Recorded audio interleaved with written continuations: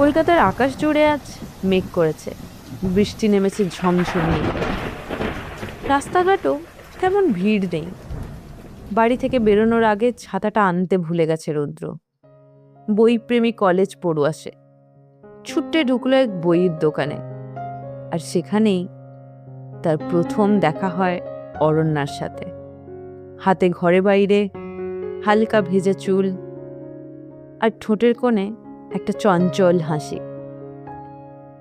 রুদ্রের ভেজা অবস্থা দেখে মুচকি হেসে সে বলল, বৃষ্টি কারণ নাকি বইয়েরও টান আছে? রুদ্র লজ্জা পেল, তারপর একটু হেসে বলল, ওই আর কি, দুটোই একটু একটু।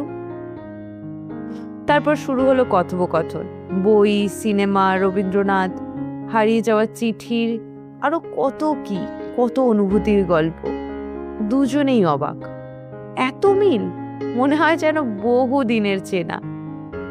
বিদায়ের সময় অরণ্যা বললেও, আবার দেখা হবে তো? রুদ্র মৃদু হেসে বলে, এই বইয়ের দোকানেই, পরের শনিবার ঠিক এই সময়। এরপর প্রতি শনিবার বইয়ের দোকানটাই যেন তাদের নিস্তব্ধ সাক্ষাৎ স্থল হয়ে ওঠে।